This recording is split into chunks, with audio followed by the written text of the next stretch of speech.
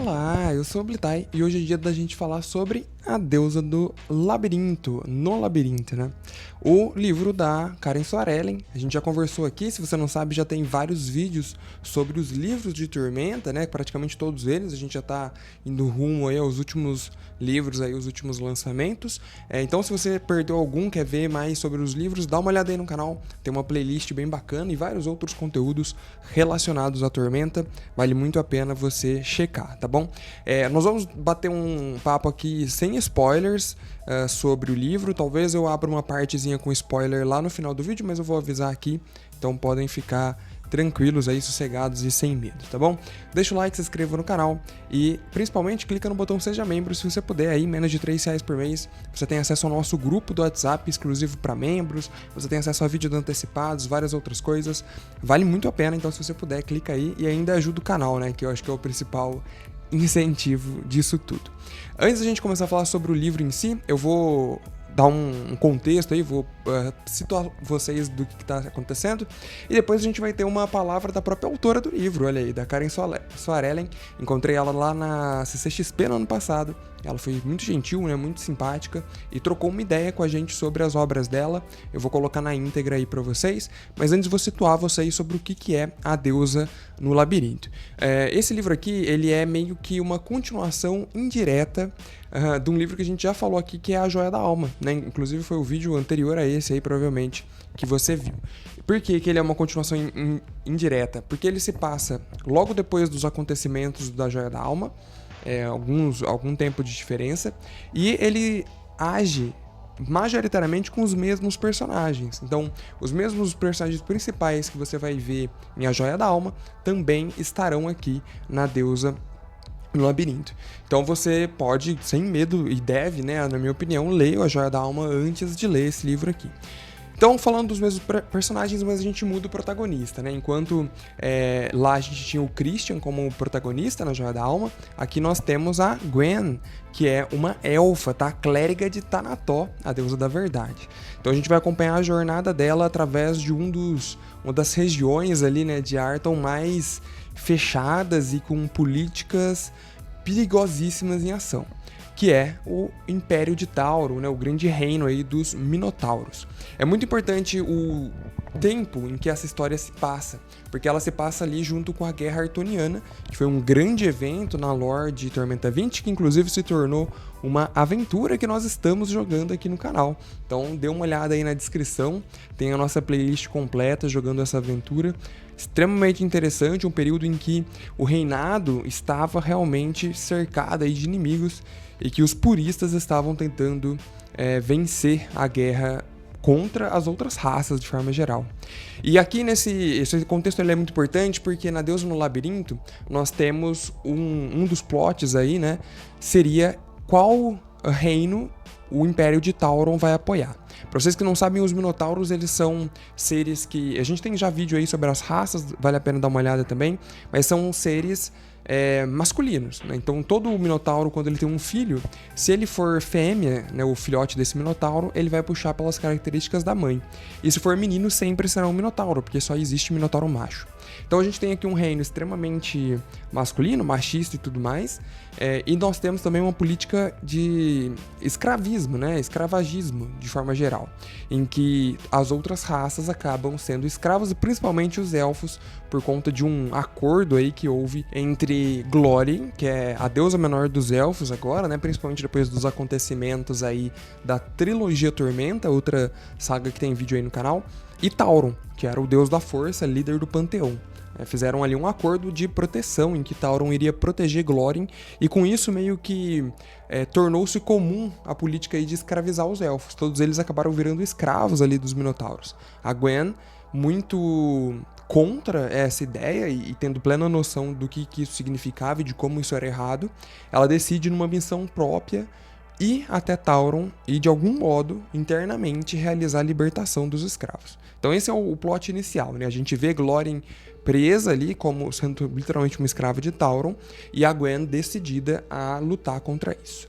Vamos ouvir as palavras da autora, da Karen Soarellen, e depois a gente volta para falar mais sobre o livro. Estamos aqui, né? A Deusa do Labirinto agora com a nova capa, né? Nova edição. E eu queria que você contasse um pouco pra gente como foi a experiência de escrever esse livro maravilhoso. A gente sabe que ele é... Eu não sei, você considera ele como uma continuação direta do Joia da Alma? Ou ele é interligado só? Ele tem os mesmos personagens. Então, o Joia da Alma é uma história fechada com início, meio e fim, Sim. não é uma série. E que depois que eu tinha escrito o Joia da Alma, os editores me perguntaram, e agora, Karen, o que você quer escrever? Eu falei, bom, tem uma elfa, a Gwen, clériga de Tanató, que ela fez uma descoberta no outro romance. E todos os personagens, os que sobreviveram, eles iriam pra qualquer lugar do mundo. Sim. Mas essa elfa, ela só iria pro Império de Taldon, que é onde uma injustiça gigantesca acontece e ela não poderia deixar isso passar.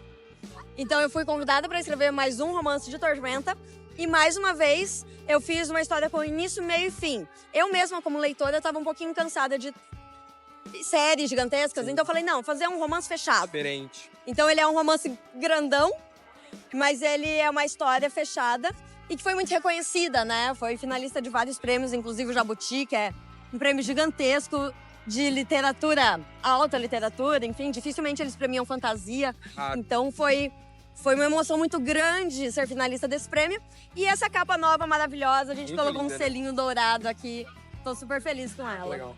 Como que foi a mudança de personagem, né? Porque ali você estava trabalhando no Joia da Alma. Ela trabalha com um guerreiro clássico, como você disse. E aqui a mudança de protagonista, né? A visão. Lógico que todos aparecem, né? Todos têm o seu momento de destaque. Mas aqui a gente acompanha muito mais a Gwen na missão dela. Como você sentiu diferença? Foi mais gostoso? Foi mais confortável? Foi um negócio muito diferente? Como foi pra você? Bom, eu adorava escrever o Christian, porque ele é um cara que não tá ligando pra nada. Ou pelo menos é isso que mostra a fachada, né? Ele não liga pra ninguém, tirando que ele vai ali e ajuda os amigos Tenta dele. salvar todo mundo. É. Né? Já a Gwen, ela é boa. Ela vai fazer o bem, custe o que custar. Então ela é uma personagem que ela se sacrifica muito em nome daquilo que ela acredita. E ela foi maravilhosa de escrever. Inclusive, já fiz cosplay da Gwen. Ela é genial. Adoro. Que personagem fantástico. E ela, até certa parte da história, como ela entra... O que acontece? Existe o Império de Taldon, que é o Império de Minotauros. Todos os cidadãos são Minotauros. A gente já falou no canal, hein? Tem vídeo. Minotauro só existe homem. E eles precisam de mulheres de outras raças para procriar. E isso não é um problema. O problema é que eles escravizam mulheres e elfas para isso. Eles têm haréns. E a Gwen, quando descobre, ela fala, não, chega, eu vou lá fazer algo a respeito. Situação inadmissível, né? E ao longo da história você descobre que ela já tentou se unir a uma resistência, que uma rebelião que deu errado. Então, no livro, o que ela faz é ela se entregar como escrava para derrubar o sistema de dentro para fora. Então, até certa parte da história, ela meio que tá se fazendo de fraquinha. Sim. Ela tá ali, não, sou uma clériga, estou aqui para servir. Mas na hora que o bicho pega, aí, ó... Pra causar o caos. É incrível, eu adorei escrever. A Gwen, ela tem uma super transformação, a lá Sailor Moon. Muito obrigado. Muito bem, então é isso. E aí eu vou falar agora um pouco sobre os personagens, né, que passam aqui no livro.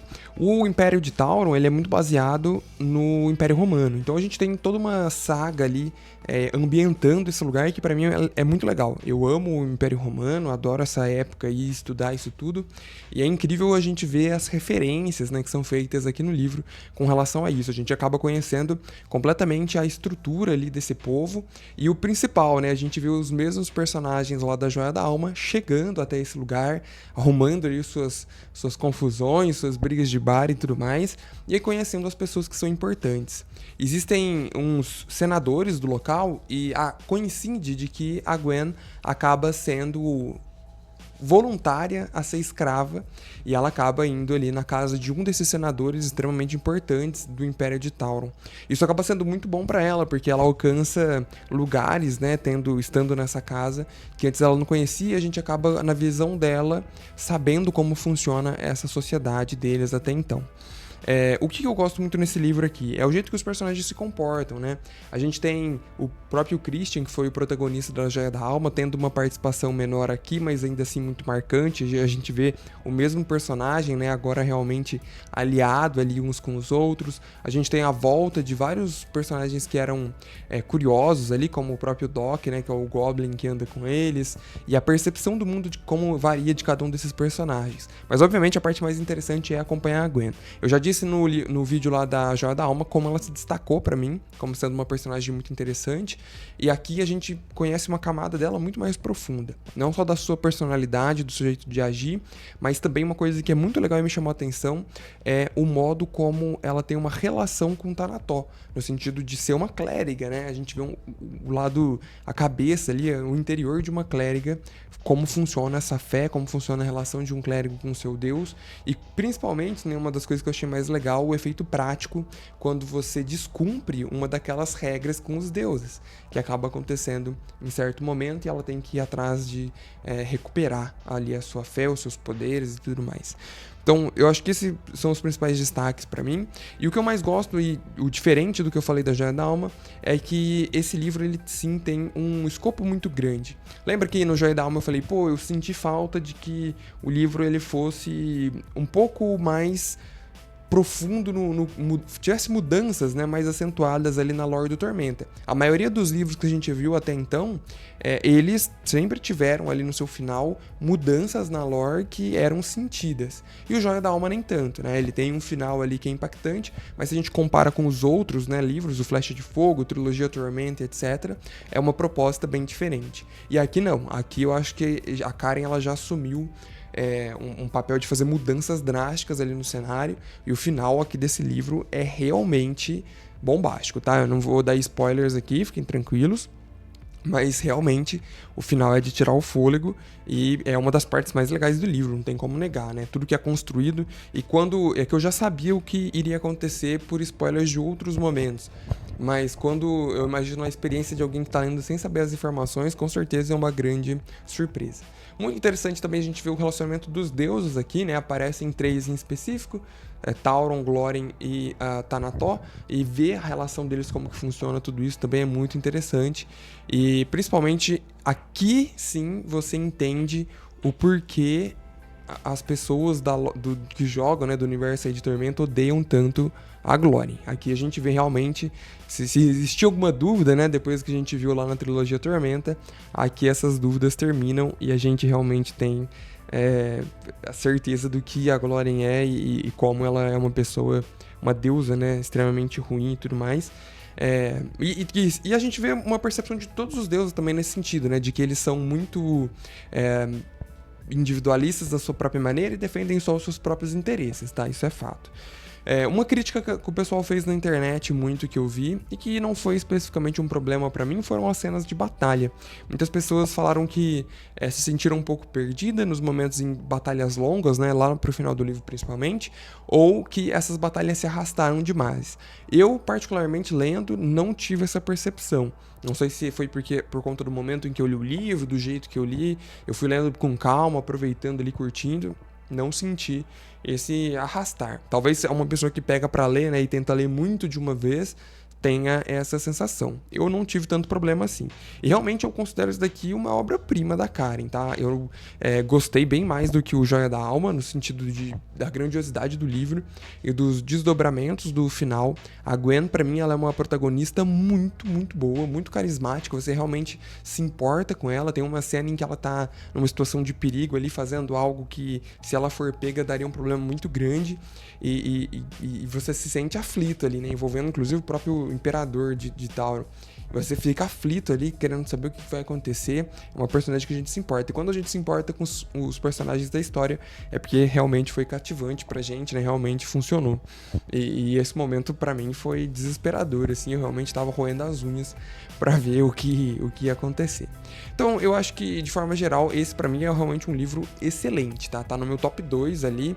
Eu acho que Flecha de Fogo e Deusa no Labirinto foram os melhores livros de Tormenta que eu li até o momento. Eu sei que E provavelmente vai ser por um bom tempo, porque eu sei que já os próximos não tem também um escopo grande no sentido de afetar a lore de Tormenta, né? Mas a gente vai conversar isso em outros vídeos. De forma geral, eu recomendo muito você ler Deusa no Labirinto, mas depois que ler o Joia da Alma. Não tem problema até se você quiser ler o Flecha de Fogo depois, por exemplo, não tem interferência nenhuma aqui, mas tirando a ordem cronológica aí dos eventos, né? O final, extremamente importante, a gente entende o que aconteceu com o Império de Tauron e os desdobramentos que a gente vê lá no Atlas de Arthur, né? Que é um dos suplementos aí acontecendo por agora. Acho que é imperdível, né? Se você quer saber de forma mais completa sobre a lore de Tormenta, ou mesmo um livro em que você quer aí batalhas épicas, num cenário épico, este aqui é o livro para você, sem sombra de dúvida. Agora eu fico pensando sobre a continuação, né? Eu quero mais. A Gwen, ela tá sumida faz um tempo e ela ganha no final do livro uma importância muito grande, tá? Eu não sei, não vou entrar em spoilers aqui não, mas ela vira um personagem no cenário importante. Eu queria muito saber por onde ela anda, né? O que ela anda fazendo depois do que aconteceu aqui. E eu queria muito que tivesse um livro que se passasse aí na época atual do Império, pra gente ver como que ficaram as coisas. O Atlas, ele dá uma pincelada pra gente como que as coisas estão divididas lá, mas eu ainda acho que esse cenário caótico ele seria perfeito pra ter uma continuação focada ali no Império de Tauron, né, no Reino dos Minotauros em si. Inclusive me deu uma vontade muito grande de narrar uma aventura lá e tal, mas eu queria ver a obra, né, eu queria ver canonicamente como está a Gwen agora, o que ela anda fazendo, por onde ela anda e tudo mais, quais são as aventuras dela depois disso daqui, porque ela ganha um papel muito importante. De resto, eu acho que você, cara, pega e lê o livro e é isso, tá? É um livro muito bom, tá ali nos meus tops de livros de Tormenta, com certeza, como eu falei, tá no top 1 ou 2 ali junto com Flecha de Fogo. Já tem vídeo de Flecha de Fogo aqui e o livro é uma excelente indicação. Espero que você tenha curtido, deixa o like, se inscreva no canal, um abraço e tchau, valeu!